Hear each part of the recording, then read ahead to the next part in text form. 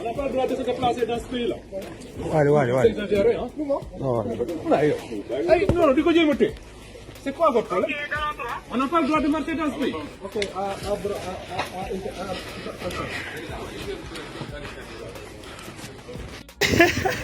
président ngi noonu.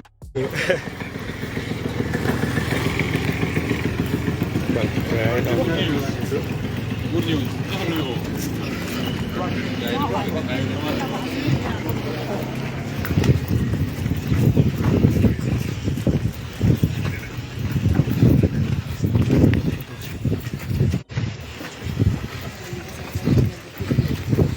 Mais non, nous avons le président Ousmane Sonko qui vient d'opérer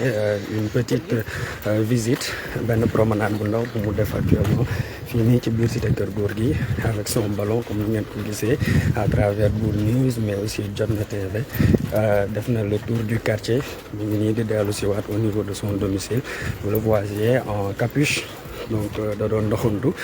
malgré que ils ont barricadé secteur bi yëpp dañ ko barricadé avec la police ñëw ci fees fi dal macha allah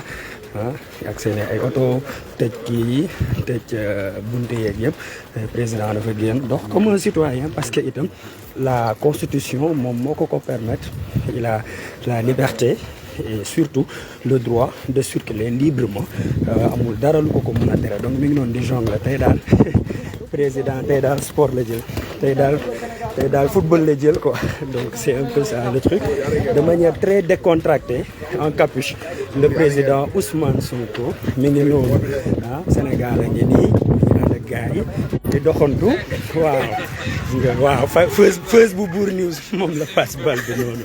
donc nous sommes là de manière très décontractée comme président ni muy wax rek waaw vivez soyez heureux donc actuellement loolu la def doxantu na fii nga xamante ni moo di biir cité Kër Gorgui il a fait le tour du voisinage tranquillement dellu si waat malgré dispositif sécuritaire bu am solo bu fi ne waaye gars yaa ngi noonu kenn mënu ko tere dem génn na doxantu parce que c'est tout à fait normal en tant que chef de l'opposition amul dara lu ko mën a tere mu doxantu c'est une liberté c'est aussi un droit constitutionnel et il l'exerce amul dara lu ko mën a tere doxantu fi nga xamante ni moom moo di Sénégal et un peu partout donc c'était le tour du voisinage président moom la doon def donc mën nañ ne Ibrahima Gueye leer mi ngi noonu président doxantu na on a fait le tour de cité Kër Gorgui mu dellu si waat il a fait un peu sa promenade dellu si waat donc là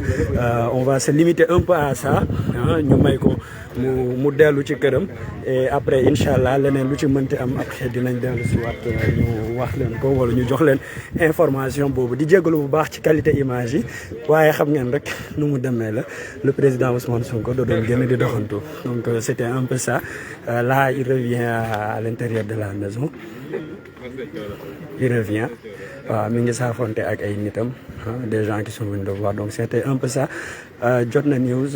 Jotna Média ñoo ngi fii donc bu amee leneen lu bees rek incha allah di ngeen ko am en direct sur l'ensemble de nos plateformes.